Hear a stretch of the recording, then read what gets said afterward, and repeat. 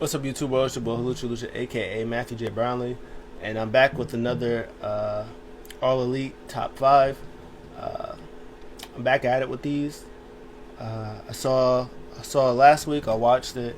I just, beach break. I just saw it. I just, busy and stuff like that. And today's like one of my days off, so I get to do this and I get to do NXT.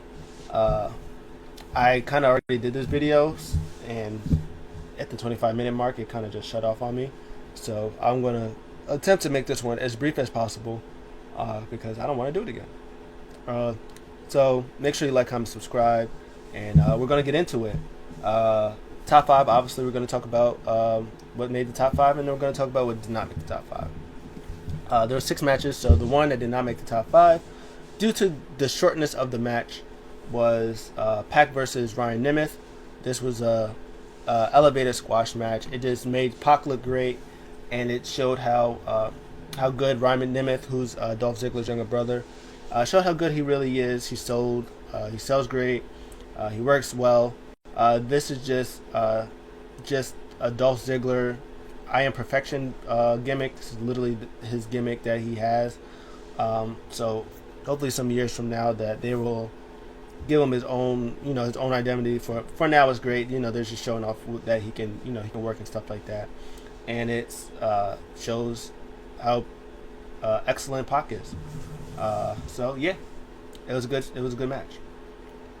Number 5, Nightmare Family, Cody and Lee Johnson versus Peter Avalon and Cesar Bononi. Lee Johnson is like 0-2000 in matches. He joins the Nightmare Family, said he believed in him, and he's the one that actually gets the win. This match was good, but you also know, like, when Cody's in the match, these kind of matches, Cody's not losing. Cody's gonna get his stuff in. He's gonna let you, show your power, show how good you are. But at the end of the day, Cody's winning. It don't matter if he's getting the pin, which he normally does, or in this case, Lee Johnson gets the pin.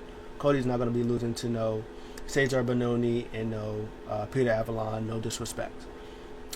This was a good match. It got to show off Lee Johnson as well, of how good he is, and got to show off Cesar Bononi's power. And Peter Avalon continues to be a good slimy heel. That's just how it was. In the end, though, Lee Johnson caught him with a roll-up, hit him with that roll-up, boom, got you, and he got the win. Yeah, it was good stuff. And then he did a promo, which was kind of funny because he was like, "Yeah, I would like to thank Cody for believing me, Cody, Dustin, Arn Anderson, and even Brandy Roseman. They all believed in me. They all think I'm great." And then QT Marshall was in the background, just like,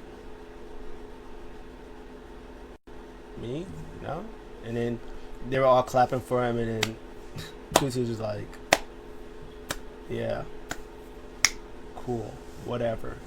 So I wonder if there's going to be a jealousy angle for QT, because he looked unamused at this whole thing. It was great. So that was number 5. Just kidding.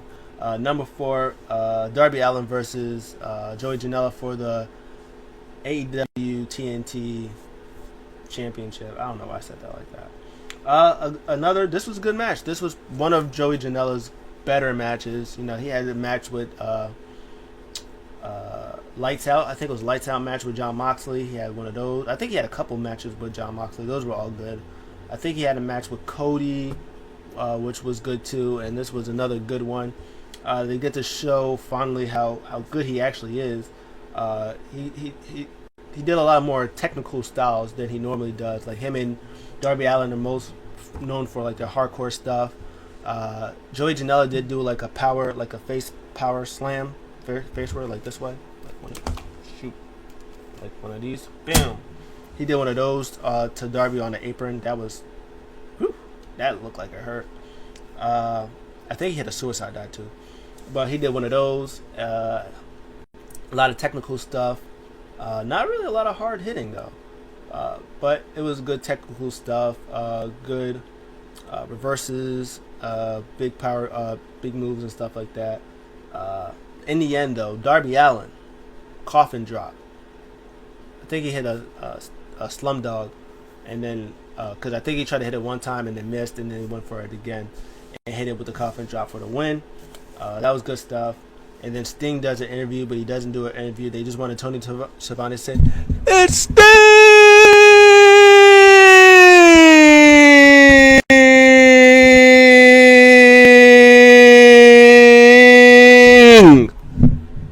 That's what they wanted to do that, because as soon as he was about to talk, of course, as always, team tag. Hey yo, Sting, yo, we got a little friend of yours over here. Look in the back. I think you're missing somebody. And then Brian Cage and Ricky Starks is in the back. They got a duffel bag with Darby Allin and they beat him up.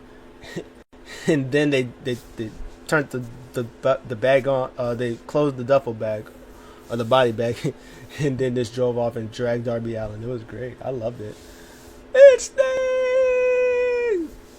And then it's Sting left, and I guess he went to chase after him. I don't know. We never saw him again, so we don't know what happened. That was great stuff. Number 3, numero tres, was Inner Circle versus the Acclaimed. A lot of story for the Inner Circle. Pretty much, they keep doing this thing where Sammy Guevara and MJF is having a "we don't like you" type thing before the match. I'm guessing this was from last week too. MJF and Sammy was going in the room. He tells everybody from the Inner Circle to go bye. They all leave. Even Wardlow, he told Wardlow to leave, and then the cameras came. Cameras still there. Had the door closed. MJF was like, "Man, what's going on with you?" He was like, "You know what it is. Stop being stupid. You trying to get." You're trying to take over the Inner Circle. I'm not dumb. He's like, "Nah, man." He's like, "You know what? I don't think you're mad at me. I think you're jealous of Chris. I think you want to overthrow him and you want him to be Inner Circle leader." And then, like, sarcastically, he was like, "Yeah, haha, very funny. Yeah, I hate Chris Jericho and I want to take over Inner Circle." He's like, "Is that what you want?" It was like, "Yeah, that's exactly what I want." And then he had his phone. It was recorded. He was like, "Yo, did you record me?" And he grabbed his phone and he said, "Shoom," and he threw it. He was like, "Hey, what's your problem?" And he, boom, right in the gut. Ugh. And then before the match, LAX was like, "Yeah, your boy's in the training room." And then he was saying, it was like, "Yo, your boy beat me up for no reason and threw my phone." He was like, "Hey, we can't do nothing about it. We got a match." So they had the match. The match was, it was good. It was a good tag team match, man. I like the Acclaim, man. I like what they're doing. I mean, their gimmick is, John Cena 2004. But, I mean, it is what it is. They're starting. They're young. I think they're going to be very good when they, throughout the years. But it was still a solid match. It was really weird, two heels fighting each other. Because it's like everybody hates MJF, but everybody loves Chris Jericho because he's Chris Jericho. Same thing with the Acclaim. Like, I think they're supposed to hate him, but they were the one that was doing the babyface comebacks and stuff like that. They was working on MJF's messed up ribs. Yeah, they did like a double "we're gonna walk on you" thing. That was hilarious. Yeah, this was just a good tag team match. In the end, Inner Circle gets involved. Me and people getting involved. I don't like it. No need for it. And yeah, Chris Jericho, boom, Judas Effect, 1, 2, 3, he wins. Sammy Guevara comes out, and he was like, "Man, I told you last December, man, anything that happens, again with MJF, I'm out. So I'm letting you know, I'm done." He was like, "What are you talking about? You done with what?" "I'm done with the Inner Circle. I quit." Boop, skirt. Places it, drops it. MJF is happy. He's like, yeah. Jake Hager's taking off his jacket like he was about to beat up Sammy Guevara. It was great. Sammy and LAX looked a little depressed about it. Pride and Powerful. I guess I could call them LAX now. They're partners with Impact. I guess I could call them LAX now again. But yeah, they weren't happy about that, and it be like that sometimes. This was good stuff. They also did a promo. Speaking of Proud and Powerful, they talked about with the Bucks and Good Brothers. Pretty much, the Bucks blamed Good Brothers. Good Brothers are like so fun loving. They just want to too sweet everybody, and and it was like, man, we're gonna pick you guys to be our opponents. Man, it's gonna be a dream match: the Bucks versus the Good Brothers. And it was like, man, don't get mad at us. No, we were just out there for a private party, man. We ain't got nothing to do with it. It's like, you want to be mad at Inner Circle. It's like, it was actually Santana Ortiz. They're the one that actually just threw you out, like, not us. It was like, and then at the end, MJF and Jericho doing your poses, doing their thing. He's like, it's trademark, man. Luke Gallows was so great. He was like, yeah, no, you're right. It was like, I was just like, we're just wild up and stuff like that. He's like, you know what? I don't want to wait till Revolution to defend these titles, man. I want to defend them next week against Santana Ortiz. I was like, yes. And then in my brain, I was like, Santana Ortiz tag team champions. I was like, they're not going to make Santana Ortiz tag team champions, even though they're great and they deserve to be tag team champions. But they're not because they suck. But yeah, there was like, then Luke Gallows and Carl was like, yo, too sweet me. And Matt was like, nah, man, you can't too sweet you. He's like, it's not really ours. Sting's back there. He's like, it's disrespectful. And then Luke Gallows was like, man, Steve's MWO. He Wolfpack. He know about the too sweet, baby. And then Nick Jackson's like, man, I'll too sweet you guys. And he too sweet them. They're about to leave. He's like, yo, Sting, it's Sting. Too sweet me, brother. Luke Gallows is so great. I love him so much. So that was good stuff. So yeah, that was number 3. Number 2, speaking of the Good Brothers and Bullet Club. Number 2 is Bullet Club's Omega and Kenta, or Bullet Club and Bullet Club's Kenta and Kenny Omega versus Lance Archer and John Moxley. Mox did a promo, pretty much talked about Kenta, about him carrying a briefcase like a little girl. He finally came back and attacked him like a grown man. He was like, that's what it's about. It's about this. And he has his IWGP United States Championship. He wants this. He said, no, it's not the time for games. He's like, because a couple, like next week or something like that, we're going to have our match. He's like, but that's a sanctioned match. That's then. This right now is now. It's no falls count anywhere, or no falls count anywhere. And we're going to go to war. I got to be with somebody who almost tried to kill me, like way back when. I beat him for this. And we're going to get it in. And then it was hilarious. Omega was golfing. He was doing his Michael Jordan stuff. He was on his Michael Jordan wave. And he was like, Marvez was like, man, what are you doing here? He was like, aren't you supposed to like do tape or something like that? He was like, man, do tape? You're crazy. You know who I am? I'm the best wrestler in the world. I don't need to do tape. He's like, I win so much. I don't even know what it is. I don't know what it's like to lose anymore. He like hits it. He's like, watch this. He hits it. It's trash. He's like, hey, I got that, right? He's like, yeah, right here, buddy. You got it. You the man. And then they leave. Marvez was like, can I get a ride? He was like, no. It's hilarious. But the match itself was great. I love all Kenny Omega's. I love his entrances. He was saying that he was the first ever IWGP heavyweight, the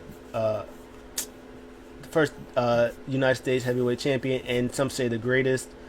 Did a lot of stuff that also leads to North Carolina. It was great. Mox had his United States Championship, which was cool.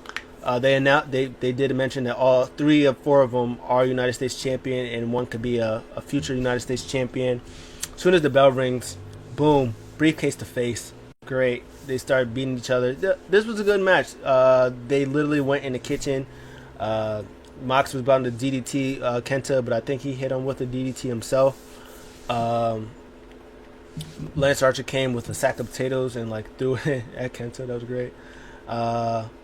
Kenny Omega came in there with and then John Moxley was beating him up while Archer was beating up Kenta. He had a potato. He started beating him with the potatoes. Yeah, good stuff. There was a thing where Peter Avalon, just wasn't just not having a good day. Kenta GTS'd him. Lance Archer choke slammed Kenny Omega through the Peter Avalon's little bed thing. Yeah, there's a lot of good stuff in there. Like my only thing with the match was, as always, I keep telling you, you know my weakness, you know what I don't like, interference. And there was like a weird thing where while I was having a match, they was like, yeah, we're gonna go back to some of the highlights of the match, and they went back to highlights of the match. Like, why are you going to highlights of the match while the match is still going? That doesn't make any sense. But yeah, that was a thing. There was a cool spot where Kenny Omega and Mox was fighting, and Mox got hit with the V trigger, and he was laying on the table, and then Archer and Kenta was on the top, and Archer went to do a move on Kenta, but he got out the way. I think he went to like kick him, but he like ducked and like super ran and like hit Mox with a double stomp. That was great. The table didn't break, so you know that sucked. But that was good stuff. And then in the ring, for a false count anywhere match, the action ended up back in the ring, which was hilarious.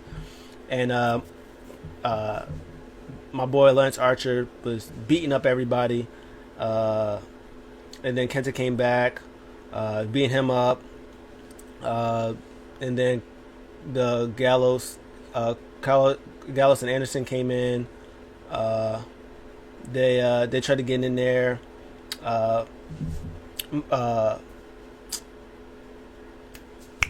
My boy Carl Anderson went to go for a chokeslam, but he reversed it, hit the stun gun. That was great. My boy Jake the Snake Roberts, oh God bless his soul, came in there, boom, short clothesline on Anderson. He sold that. Boom, uppercut from Luke Gallows to Jake the Snake.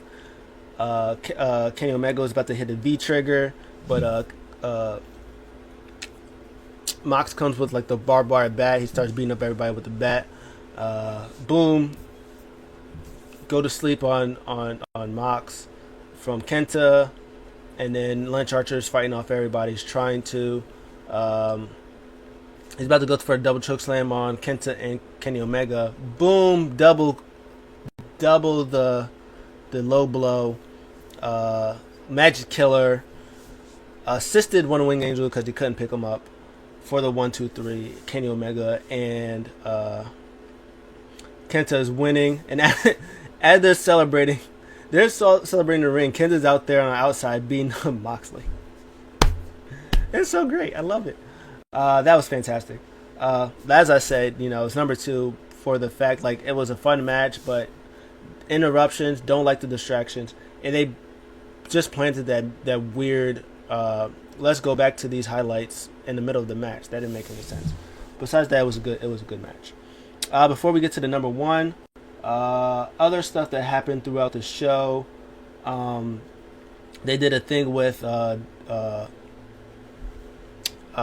Hangman Page, trying to ask him about him being a tag team partner. He was like, no, and then Matt Hardy was like, hey, I know you don't want to, but hey, we had so much good chemistry. We did so much. We did great and stuff like that. Hey, I rented out this bar, just me and you.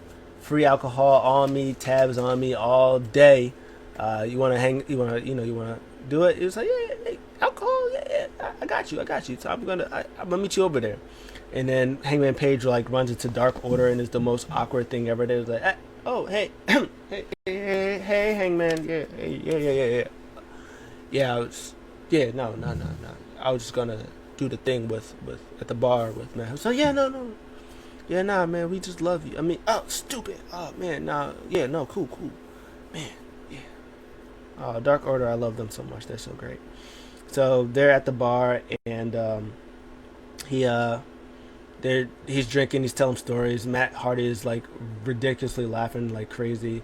And he's saying, like, yeah, man, I know you don't want to be a tag team, but, like, man, we did so good. So great. He's like, I think that under my leadership, you could be the biggest thing. Like, you're already going to be the biggest thing, but with me, you're going to make more money, more bucks and stuff like that. He's like, I think you should join up. You should look at this contract, join up with me and stuff like that. He was like, yeah, nah, you're right. Nah, you make sense. Yeah. While he's drinking, I was like, yeah. So yeah, you got a pen? He was like, yeah. So he gives him a pen. He's about to sign it, and then Matt Hardy turns to the hard cam. Hangman Page tosses the papers. He has his own contract. He signs it. He has Matt Hardy signs it. Matt Hardy was pretty much like, "Yeah, man." He's like, he's not gonna, he's not gonna do it. He's not gonna like it when he sobers up. But yeah. Later on, he's gonna appreciate it. After that, he sobers up. Yeah, he's gonna be mad now, but it's gonna be all right. Yeah. Good talk. Yeah, he can't hear me. No. He's drunk. It's fine. Shh. Yeah. Oh, yeah. Thanks. Yeah, thanks, man. I'm gonna get this to my lawyers. We're gonna get this in. And we're gonna do good. And then Hangman Page was like, yeah, you do that. And then he asked for another drink. That was good stuff. So he's playing Matt Hardy. Maybe Dark Order is gonna get in that, help Dark Order, and maybe he might join Dark Order actually for real. Anything else? Sammy quits. Other good stuff. Sting promo. Talked about it. Yep. Caesar. Yep. Good stuff. Okay. Yep. That was it. Next week they announced FTR versus the Seidel brothers.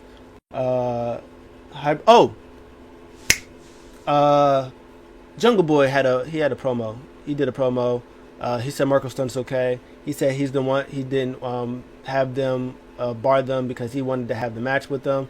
He's like, I had one of the greatest matches of my career, and I made you tap out. It was like, I want you, so when we're a tag team, I'm gonna make you both my bitch. So, anyways, like I was saying, FTR versus the Seidel brothers, Hybrid 2 and Chaos Project versus Hardy Party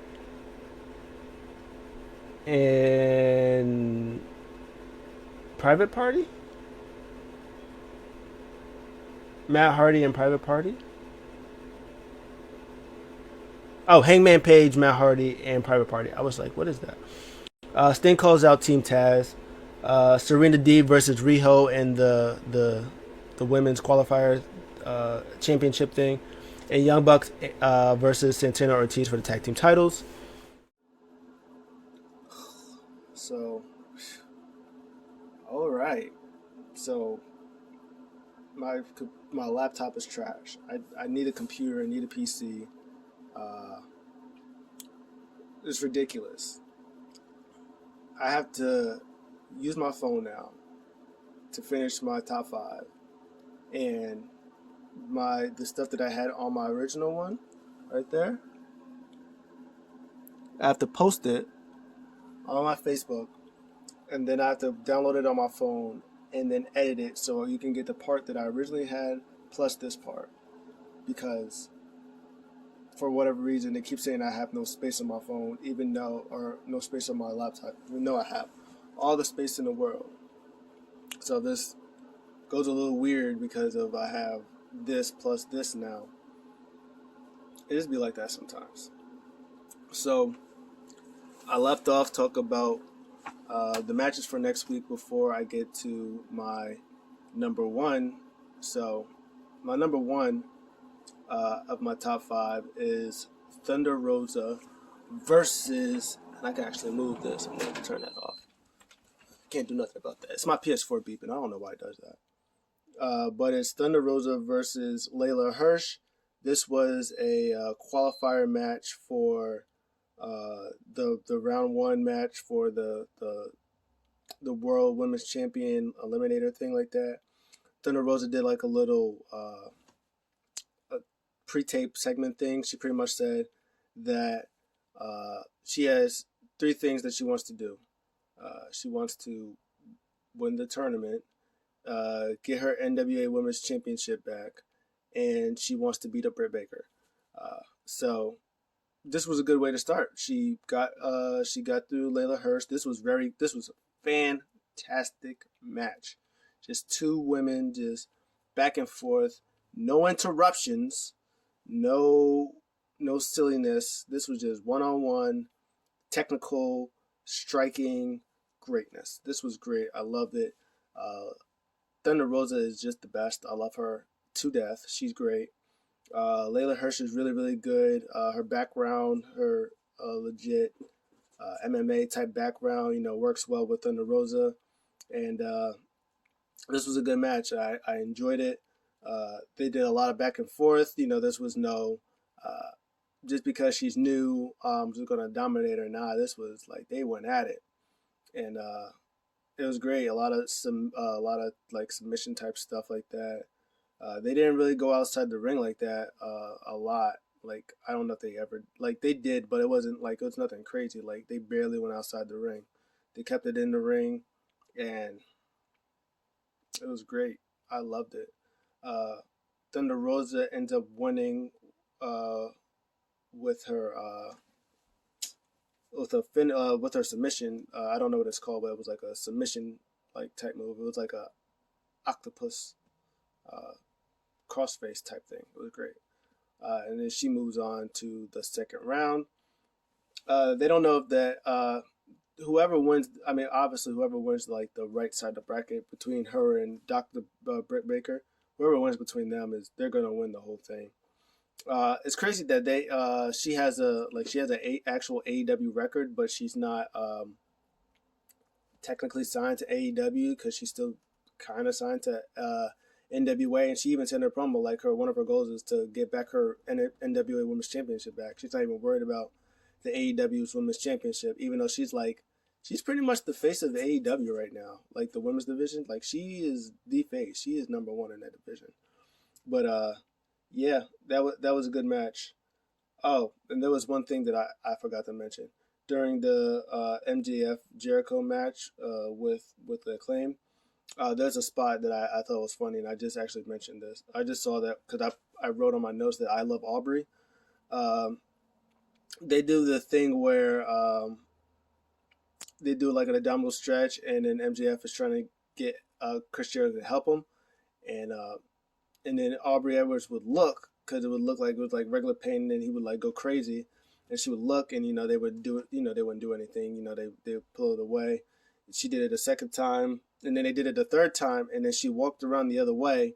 She saw him; they wasn't even paying attention, and she like just kicked his head. She just like kicked him, and they ended up reversing to get the tag and the hot tag and stuff like that.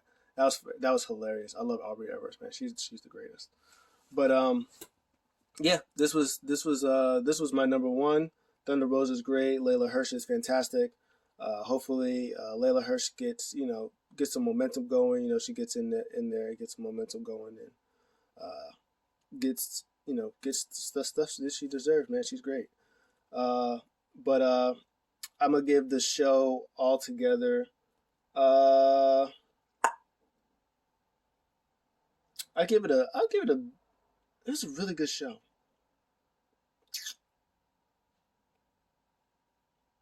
I give it a. I give it a B plus. I give it a B plus. I almost wanted to say A minus. If people say it was like A minus, I can understand, but I would say a B plus, just because like they did it twice with the interference. They did it with the Mox Archer match when Good Brothers came out. They did it in the Inner Circle match because Inner Circle got involved. Uh, I think that was the two, but those were the two bigger stories that they did. So the matches were still good, but I didn't like I don't like interference in matches, man. And when one on one, you don't need help. But besides that, man, it was a good show. I enjoyed it. Janela versus Darby Allin was great. Uh, the main event was good. Thunder Rosa, obviously, with her and Layla Hirsch was good. Nightmare Family, that was good. The stuff was going on with QT Marshall. That's kind of interesting to see what's going on over there. Yeah, the story with Dark Order and Hangman Page, with Hangman Page and Matt Hardy. All good stuff. I enjoyed all of that. But what did you guys think? Uh, I'm going to have to actually edit this, so I'll see you in the next one. I'm out.